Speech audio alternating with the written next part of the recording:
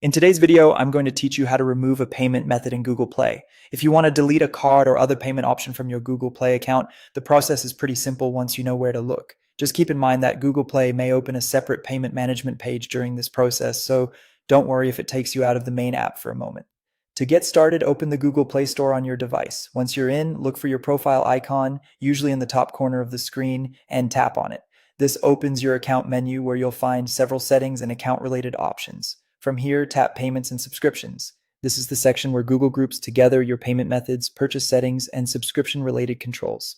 After that, tap Payment Methods. This will show you the payment options currently connected to your Google account for Play Store purchases. Depending on your account, you may see credit or debit cards, mobile billing, PayPal, or other available methods. Take a moment here to make sure you're looking at the correct account if you use more than one Google account on your device. Next, scroll until you find More Payment Settings, then tap it.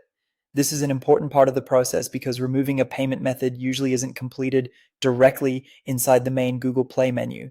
Instead, Google sends you to a web page where your full payment profile can be managed in more detail. Once that page opens, look for the card or payment method you want to remove. You should see a remove option next to it. Tap remove for that card and follow any confirmation prompt that appears. This final confirmation is there to make sure you don't accidentally delete a payment method you still want to keep on your account. After you confirm, the payment method should be removed from your Google Play payment settings. If it doesn't disappear right away, give the page a moment to refresh. You can also reopen the payment settings to verify that the card has been removed successfully.